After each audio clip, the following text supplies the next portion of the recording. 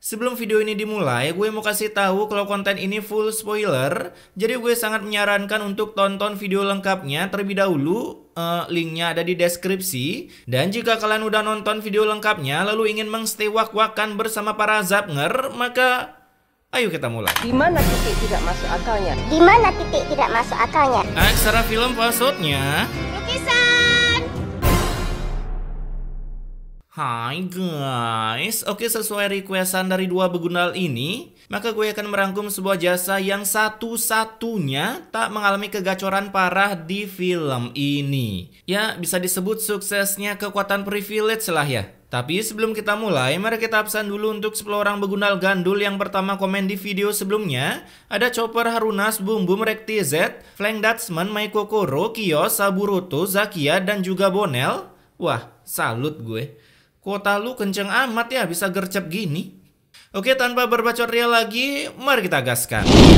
Film kesayangan kita semua ini karena mengajarkan begitu banyak pesan immortal dalam kehidupan. Dibuka dengan penjual lukisan keliling bernama Nana tanpa skin gajahnya, yang kala itu lukisannya sedang direview oleh sosok entitas terkuat di bumi. Ibu nilai dulu lukisan saya. Asik, yakin tuh lukis sendiri, bukan gambar perintingan. Sima yang memberi ulasan bintang 5, ia pun langsung membayar lukisan tersebut seharga 20.000 karena di sini sistemnya beli lukisan bayar seikhlasnya. Wah, kalau lukisan tangan sih bangkrut dijual segitu. Di sisi lain tentunya ini adalah emak dari Nana yang kala itu sudah dipecat dari tempat tinggalnya karena ternyata ini emak adalah orang gila. Nah, di jalan bertemulah Nana dengan emak gilanya ini, di mana ia berusaha menenangkan ibunya yang gila karena suaminya nggak pulang-pulang setelah lulus mendaftar jadi tentara rasa jeruk. Ya, positif aja. Mungkin bapaknya modar karena kebanyakan makan rendang. Kala itu kembalilah mereka ke rumah bibinya, di mana ini si bibi sangat kesal karena emak Nana selalu menggalau. Ya, seperti ini.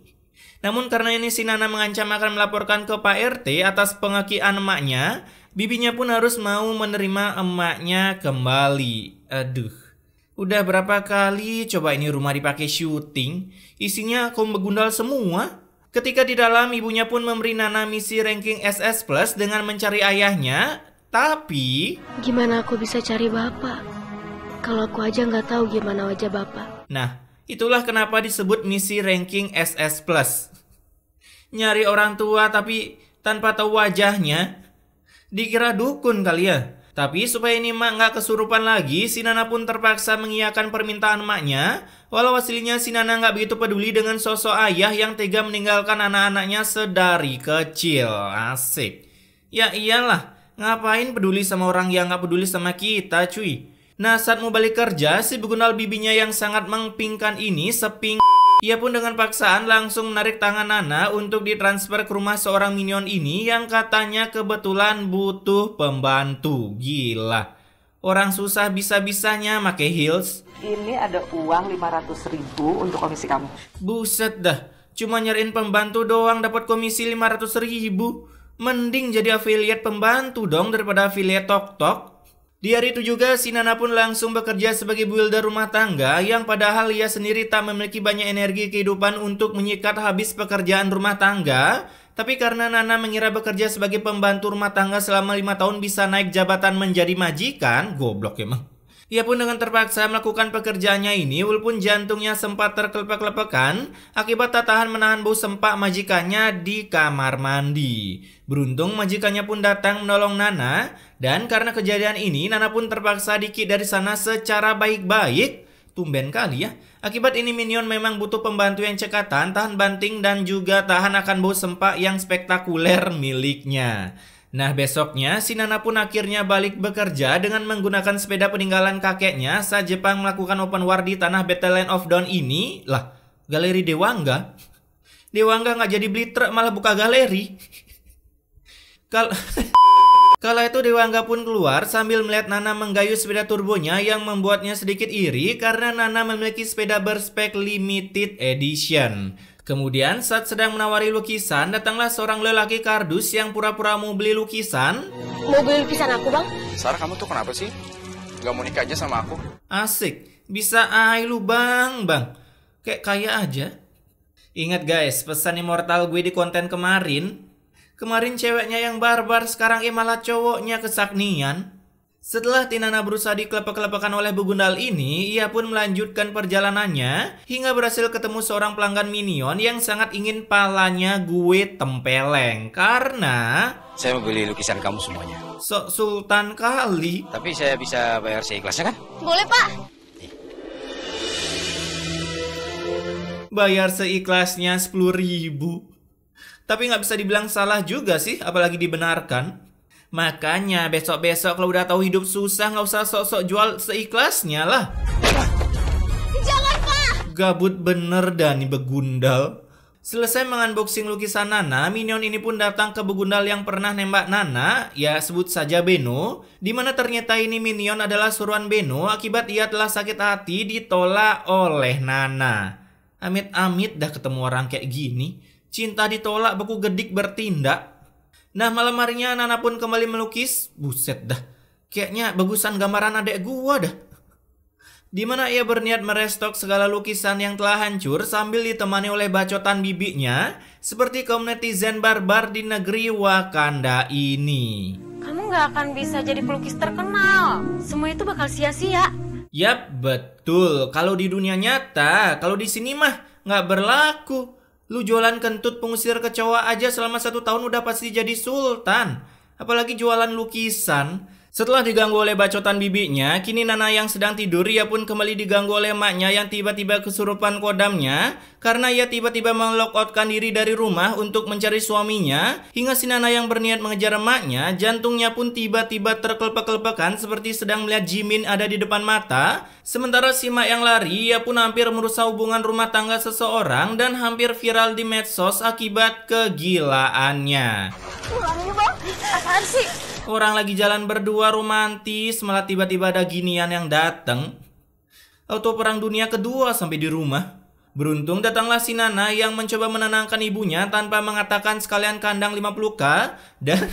Dan setelah si ibu sadar, barulah istri bapak ini mengulti mak Nana. Dasar orang stres, aku ngakuin suami orang. Yang tentunya itu langsung mengenai mental ibu Nana, apalagi dalam keadaan sedang tak kesurupan. Namun tak sampai di sana saja, saat mereka balik ke rumah, mereka pun kembali menerima ulti yang mantap jiwa dari bibinya dengan bacotan seperti ini. Cuman mikirin bapak kamu aja terus. Padahal bapak kamu itu bukan suami yang bertanggung jawab. Ya bener sih, modelan bapak yang gak bertanggung jawab sih itu. Taunya bikin doang gak dinafkahin. Mungkin nanti pas anaknya udah sukses baru diakuin anak kali ya. Caks, kebiasaan warga negara berbunga. Kemudian besoknya saat Nana akan berangkat kerja, Pokoknya hari ini kamu harus menghasilkan uang yang banyak. dikira anaknya bandar kakek Zeus kali ya, bisa ngasilin cuan banyak dalam sehari modal jualan lukisan seikhlasnya. Lagian ini bibitnya, penampilan doang elit, login micet kagak. Kala itu saat baru berangkat, Nana pun begitu jackpot karena berhasil meet and greet dengan top global pelukis burung tanpa sayap terhebat yaitu Dewangga. Dimana katanya si Dewangga ini ingin memborong lukisan Nana. Buset dah, keren bet dah lukisannya. Tapi ini lebih ke lukisan printing gitu bukan sih? Yang dijual di pasar-pasar. Gue pernah soalnya beli 15.000 satu. Ya kalau nggak salah. Nah si Nana yang mendengar lukisannya mau diborong, Dewangga pun langsung mematok harga di sekitaran 1 juta. Tapi karena Nana ini adalah seorang woman, ya kalian tuh sendirilah, serba salah cuy. 1 juta untuk semuanya. Apa itu nggak terlalu mahal, Pak? Kemarin dikasih duit 10.000 ngeyel. Sekarang dibeli seharga 1 juta masih ngeyel lagi. Makanya besok-besok tuh nggak usah isi tulisan bayar seikhlasnya dah. Udah kayak kota amal aja dah jualan. Setelah selesai melakukan transaksi ala-ala kartel narkoboy, Nana pun dengan full senyum langsung pulang. Tapi baru aja sampai di rumah, senyuman Nana pun seketika berubah menjadi voucher GoFood karena seluruh cuannya langsung ditilep oleh begundal ini.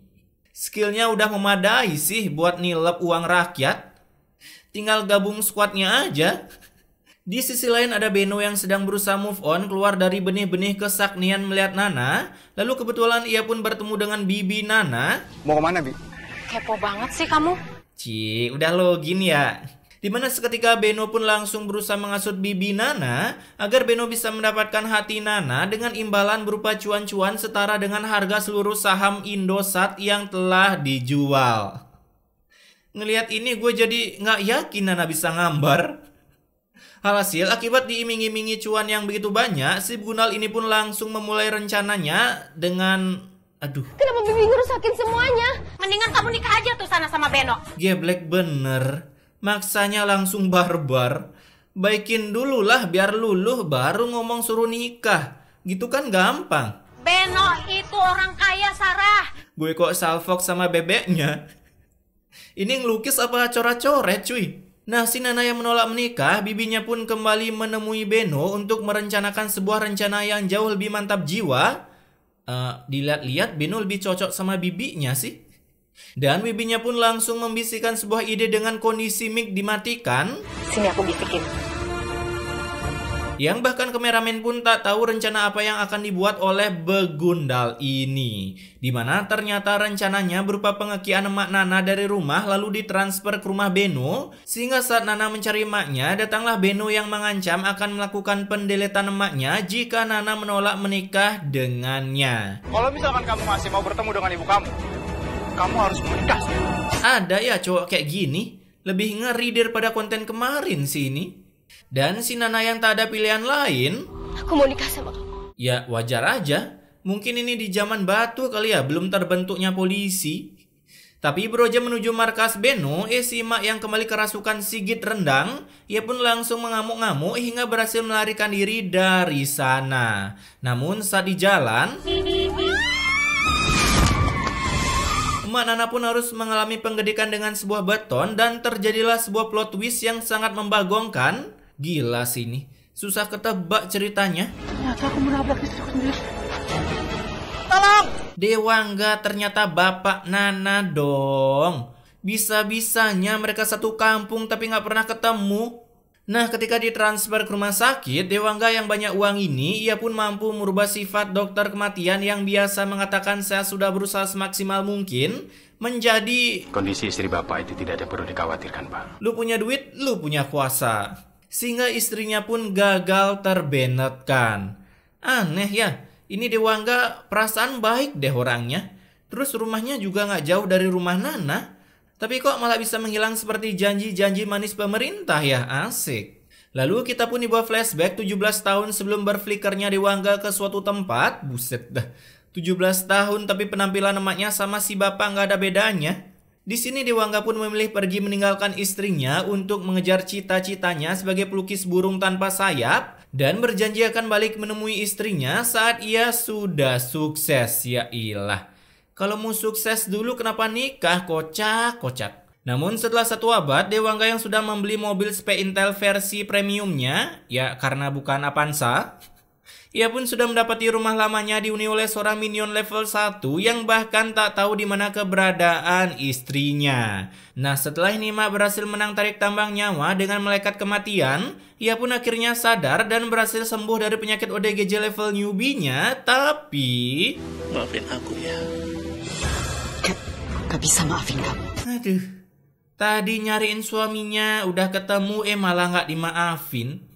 Di sana ia pun kembali kerasukan Sigit Rendang hingga harus disuntik menggunakan obat kuat. Lalu sang dokter pun memberi saran untuk mentransferkan istri Dewangga ke rumah sakit jiwa. Punya istri konslet-konsletan ya gini. 1 minggu kemudian setelah Mak Nana berflikar entah kemana, ia pun berusaha mencari emaknya dengan bermodalkan foto selfie dari kang kurir paket. Dan kebetulan datanglah si Dewangga ke sana yang betapa terkejutnya Dewangga. Ternyata Nana yang selama ini menunggangi sepeda berkecepatan turbo adalah anaknya sendiri. Kamu ini anak bapak. Buset dah, gitu amat dah kesan pertama kali ketemu anak. Jadi bapak adalah bapak saya. Sesimpel ini ya. First impressionnya kurang menarik cuy. Setelah berbacot ria saling mengakui bapak dan anak, mereka pun akhirnya menemui si emak yang sedang staycation di rumah sakit Waras Sejahtera. Dimana setelah ketemu Nana inilah kesadaran emaknya bisa pulih kembali, bahkan sedikit demi sedikit bisa menghilangkan jiwa-jiwa kodam Sigit Rendang yang bersemayam dalam dirinya. Karena cangkem ini emak akhirnya bisa berkata seperti ini. Iya Bang, aku percaya sama kamu. Wah, akhirnya sudah waras ya seperti nama rumah sakitnya. Siang harinya saat Nana balik ke rumah bibinya, Palingan bapak kamu itu hidupnya sama kayak dulu. Hidupnya susah.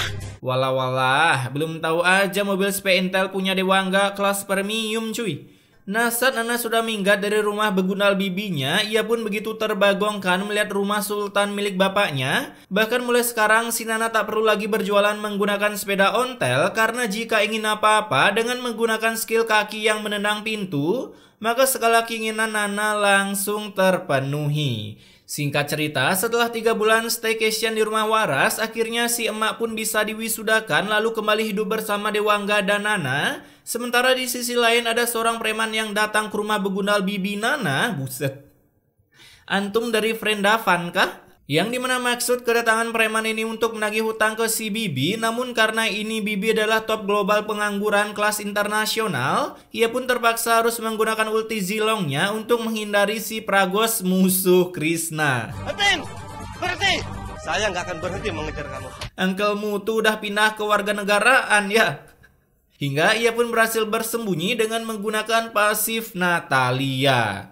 Singkat cerita lagi. Ini emang film pengen cepat selesai apa gimana ya? Cepet banget dah 5 bulan kemudian. Kala itu Nana yang ke galeri bapaknya, ia pun dilihat oleh Beno dan dari sinilah muncul kembali kesaknian Beno untuk menikahi Nana dengan harapan bisa menjadi tambah kaya dan bisa mengajukan kredit untuk menyicil bumi dengan KPR yang rendah. Dimana saat Nana ingin ke dealer untuk membeli Aerox, muncullah Beno yang mengejutkannya. Lalu dengan skill Shinra Tensei milik Beno, ia pun tak sengaja menggedikan Nana ke sebuah beton. Tenang guys, beton di sini udah di nerf. Beruntung keluarlah Dewangga yang langsung menangkap Beno untuk ditransfer ke kantor polisi. Sementara Nana yang mengalami pegelinu nyeri otot, ia pun langsung dibawa ke rumah sakit termahal untuk mendapatkan pengobatan yang super pertamax. Nah, saat dokter kematian keluar, Dari hasil pemeriksaan, kondisi jantung anak ibu cukup serius. jantung Nana pun dikabarkan mengalami sedikit lecet, tapi dengan kekuatan cuan-cuan Dewangga,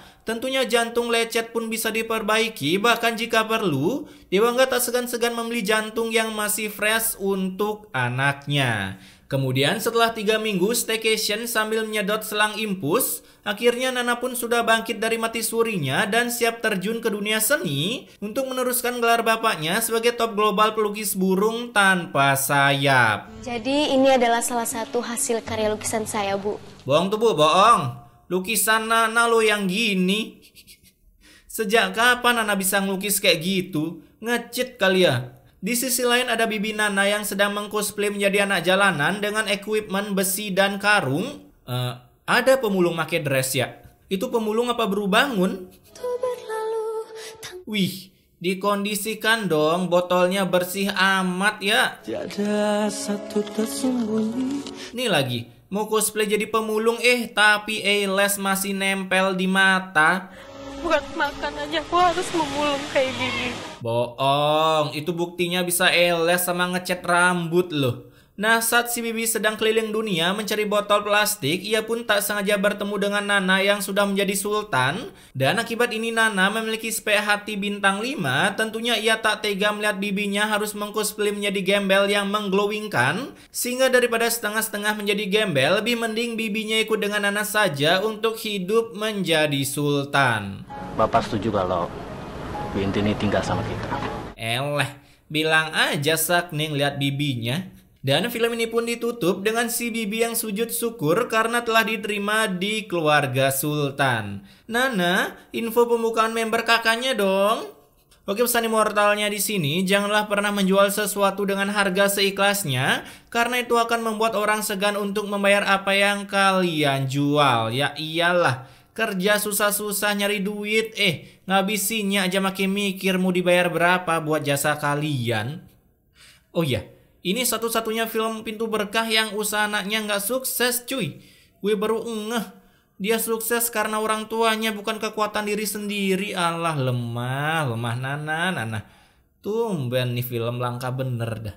Tapi intinya, stay wak-wak guys.